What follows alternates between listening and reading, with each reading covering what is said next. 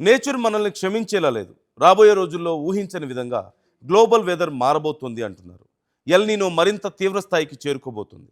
United నేషన్స్కి చెందిన world meteorological organisation WMO తాజాగా ఇచ్చిన ఒక షాకింగ్ హెచ్చరిక అందరినీ భయపెడుతోంది. ఇప్పటికే ఎల్ నీనో స్టార్ట్ అయిపోయింది. రాబోయే రోజుల్లో ఇది మరింత స్ట్రాంగ్ అవబోతోంది. దీంతో ఓవైపు ఎండలు మండిపోతే మరోవైపు భారీ వరదలు ముంచెత్తనున్నాయి. అసలు ప్రపంచ వాతావరణ శాఖ ఇచ్చినటువంటి ఆ హెచ్చరిక ఏంటి? ఎల్ నీనో మన దేశంపై ఎలాంటి ఎఫెక్ట్ చూపించబోతోంది? ఈ విషయాల్ని ఈ స్టోరీలో తెలుసుకోబోతున్నాం. స్కిప్ చేయకుండా పూర్తిగా చూడండి. పసిఫిక్ మహాసముద్రంలోని భూమధ్య రేఖ ప్రాంతంలో సముద్రంలోని సర్ఫేస్ టెంపరేచర్ పెరగడాన్నే ఎల్ నీనో అంటారు. సాధారణంగా వచ్చే గాలులు వీక్ అయిపోవడం వల్ల వేడి నీరు అమెరికా తీరం వైపుకు ప్రవహిస్తుంది. దీనివల్ల గ్లోబల్ క్లైమేట్ మొత్తం డిస్టర్బ్ అవుతుంది. ఎల్ నీనో ఎఫెక్ట్ అయ్యేటువంటి దేశాలు కరువు లేదా తీవ్రమైనటువంటి ఫ్లడ్ సంభవిస్తాయి. అయితే ప్రపంచ వాతావరణ శాఖ చెప్పిన లేటెస్ట్ రిపోర్ట్ ప్రకారం ఈ ఏడాది ఎల్ నీనో తీవ్రత చాలా ఎక్కువగా ఉండబోతుంది. ముఖ్యంగా జూలై నుంచి సెప్టెంబర్ మధ్య కాలంలో ఇది పీక్ స్టేజ్కి వెళ్ళనుంది. అందుకే ప్రపంచ దేశాలన్నీ అలర్ట్గా ఉండాలని, ఎలాంటి పరిస్థితులైనా ఫేస్ చేసేందుకు రెడీగా ఉండాలంటూ వరల్డ్ వెదర్ డిపార్ట్మెంట్ హెచ్చరించింది. అసలు ఎల్ నీనో ప్రభావాన్ని ఎలా లెక్కిస్తారో ఇప్పుడు చూద్దాం. ముందుగా దీన్ని 4 కేటగిరీలుగా డివైడ్ చేశారు. బలహీనమైనది, మోస్తరు, బలమైనది, అత్యంత బలమైనది. ఇక ప్రస్తుతం ప్రపంచ దేశాల వైపు దూసుకొస్తున్న ఎల్ నీనో సామాన్యమైంది కాదు. ఇది 3వ కేటగిరీకి చెందిన బలమైన లేదా అంతకంటే ఎక్కువ కేటగిరీకి చేరుకునే అవకాశాలు ఉన్నాయంటూ శాస్త్రవేత్తలు చెబుతున్నారు. ముఖ్యంగా ఉత్తరార్ధగోళంలో శరదృతువు వచ్చే సమయానికి ఇది మరింత పవర్ఫుల్గా మారుతుంది. ఆసియా, యూరప్, నార్త్ అమెరికా ఖండాలతో పాటు ఆఫ్రికాలోని కొంత భాగం అంటే దాదాపుగా 90% జనాభా ఈ ఉత్తరార్ధగోళంలోనే ఉన్నారు. మొత్తంగా ఈ ఎల్ నీనో ఎఫెక్ట్ కేవలం 1-2 దేశాలకి కాదు, ప్రపంచంలోని దాదాపు అన్ని ప్రాంతాలకు విస్తరిస్తుంది. ఎల్ నీనో వల్ల ప్రధానంగా 4 రకాల ముప్పులు పొంచి ఉన్నాయి. మొదటిది తీవ్రమైన కరువు. ఆసియా, ఆస్ట్రేలియా, ఆఫ్రికాలోని కొన్ని ప్రాంతాల్లో వర్షాలు పడకుండా తీవ్రమైన కరువు పరిస్థితులు ఏర్పడతాయి. వ్యవసాయ రంగం పూర్తిగా దెబ్బతినే ప్రమాదం ఉంది. దీనివల్ల నీటి కొరత ఏర్పడుతుంది. రెండోది భారీ వర్షాలు, వరదలు. ఓవైపు కరువు ఉంటే మరోవైపు కొన్ని ప్రాంతాల్లో కుండపోత వర్షాలు కురుస్తాయి. ముఖ్యంగా అమెరికా నైరుతి ప్రాంతాల్లో, సౌత్ అమెరికా తీర ప్రాంతాల్లో సాధారణం కంటే ఎక్కువ వర్షపాతం నమోదవుతుంది. ఫ్లడ్ సిచ్యువేషన్స్ తలెత్తుతాయి. ఇక మూడోది తీవ్రమైన వడగాల్పులు. మనం నివసించే మెజారిటీ ఏరియాల్లో హీట్ వేవ్స్ తీవ్రత పెరుగుతుంది. పగటి ఉష్ణోగ్రతలు రికార్డు స్థాయికి చేరుకుంటాయి. నాలుగోది సముద్రాల్లో హీట్ వేవ్స్. కేవలం భూమి మీదే కాదు, సముద్ర గర్భంలో కూడా ఉష్ణోగ్రతలు పెరిగి మెరైన్ హీట్ వేవ్స్ ఏర్పడతాయి. దీనివల్ల సముద్ర జీవరాశులు అంతరించిపోయే ప్రమాదం ఉంది అంటూ హెచ్చరిస్తున్నారు. ఇది మత్స్యకారుల జీవనోపాధిని చాలా తీవ్రంగా దెబ్బతీస్తుంది. అయితే మరి ఈ ఎల్ నీనో వల్ల ఇండియాకు వచ్చే నష్టం ఏంటో ఇప్పుడు ఒకసారి చూద్దాం. ఇండియన్ ఎకానమీ ప్రధానంగా నైరుతి ఋతుపవనాలపై ఆధారపడి ఉంటుంది. హిస్టారికల్గా చూస్తే ఎల్ నీనో వచ్చిన ప్రతిసారి భారత్లో ఋతుపవనాలు వీక్ అయిపోయాయి. జూన్ నుంచి సెప్టెంబర్ మధ్య పడాల్సిన వర్షపాతం తగ్గితే దేశంలో కరువు పరిస్థితులు ఏర్పడే ఛాన్స్ ఉంటుంది. వర్షాలు తగ్గితే పంటల దిగుబడి తగ్గుతుంది. దీనివల్ల మార్కెట్లో ఇన్ఫ్లేషన్ పెరిగి ఆహార పదార్థాల ధరలు ఆకాశాన్ని తాకుతాయి.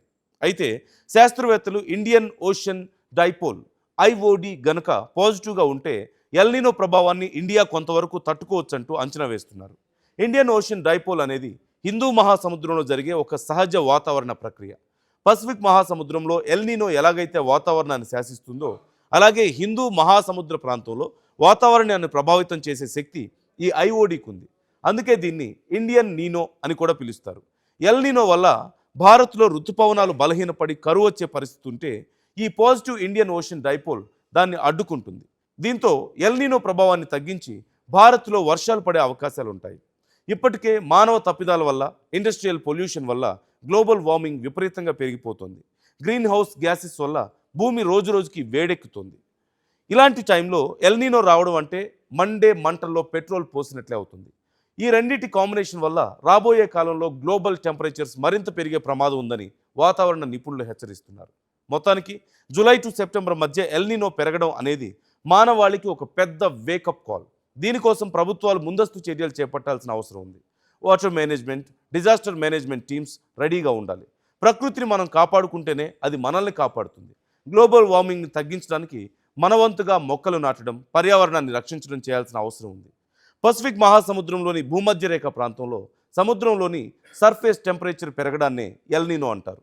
సాధారణంగా వచ్చే గాలులు వీక్ అయిపోవడం వల్ల వేడి నీరు అమెరికా తీరం వైపుకు ప్రవహిస్తుంది. దీనివల్ల గ్లోబల్ క్లైమేట్ మొత్తం డిస్టర్బ్ అవుతుంది.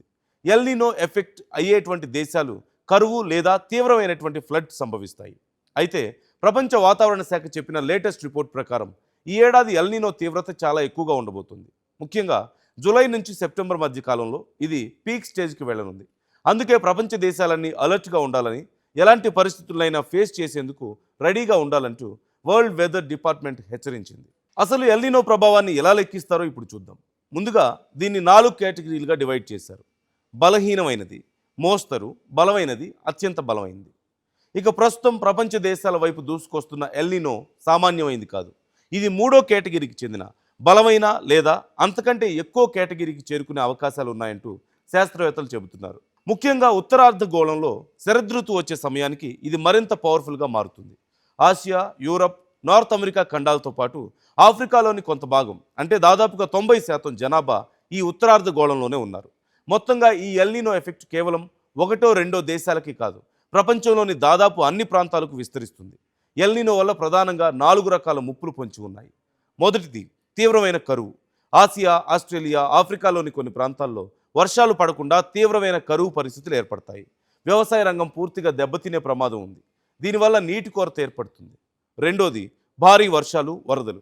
ఓవైపు కరువు ఉంటే మరోవైపు కొన్ని ప్రాంతాల్లో కుండపోత వర్షాలు కురుస్తాయి. ముఖ్యంగా అమెరికా నైరుతి ప్రాంతాల్లో, సౌత్ అమెరికా తీర ప్రాంతాల్లో సాధారణం కంటే ఎక్కువ వర్షపాతం నమోదవుతుంది.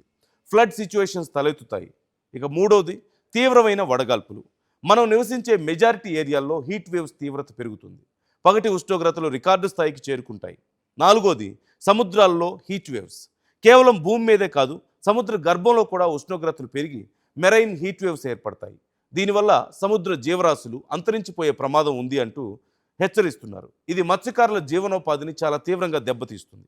అయితే మరి ఈ ఎల్నినో వల్ల ఇండియాకు వచ్చే నష్టం ఏంటో ఇప్పుడు ఒకసారి చూద్దాం. ఇండియన్ ఎకానమీ ప్రధానంగా నైరుతి ఋతుపవనాలపై ఆధారపడి ఉంటుంది. హిస్టారికల్గా చూస్తే ఎల్నినో వచ్చిన ప్రతిసారి భారత్లో ఋతుపవనాలు వీక్ అయిపోయాయి. జూన్ నుంచి సెప్టెంబర్ మధ్య పడాల్సిన వర్షపాతం తగ్గితే దేశంలో కరువు పరిస్థితులు ఏర్పడే ఛాన్స్ ఉంటుంది. వర్షాలు తగ్గితే పంటల దిగుబడి తగ్గుతుంది. దీనివల్ల మార్కెట్లో ఇన్ఫ్లేషన్ పెరిగి ఆహార పదార్థాల ధరలు ఆకాశాన్ని తాకుతాయి.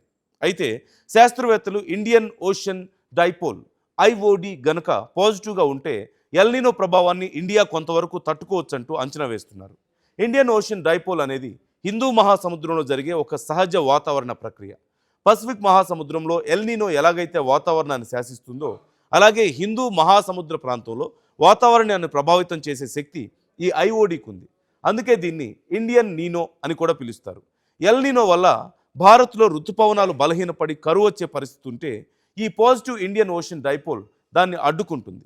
దీంతో ఎల్నినో ప్రభావాన్ని తగ్గించి భారత్లో వర్షాలు పడే అవకాశాలు ఉంటాయి. ఇప్పటికే మానవ తప్పిదాల వల్ల, ఇండస్ట్రియల్ పొల్యూషన్ వల్ల గ్లోబల్ వార్మింగ్ విపరీతంగా పెరిగిపోతుంది. గ్రీన్ హౌస్ గ్యాసెస్ వల్ల భూమి రోజురోజుకి వేడెక్కుతుంది.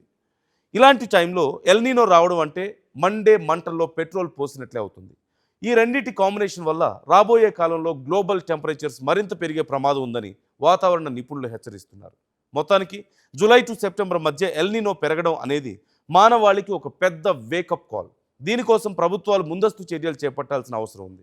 Water management, disaster management teams రెడీగా ఉండాలి. ప్రకృతిని మనం కాపాడుకుంటేనే అది మనల్ని కాపాడుతుంది. గ్లోబల్ వార్మింగ్ని తగ్గించడానికి మన వంతుగా మొక్కలు నాటడం, పర్యావరణాన్ని రక్షించడం చేయాల్సిన అవసరం ఉంది. మరి దీనిపై మీ అభిప్రాయం ఏంటో కామెంట్ చేయండి. ఇలాంటి మరిన్ని ఇంట్రెస్టింగ్ వీడియోస్ కోసం మన ఆర్ స్ట్రీమ్ ఛానల్ను సబ్స్క్రైబ్ చేసుకోండి.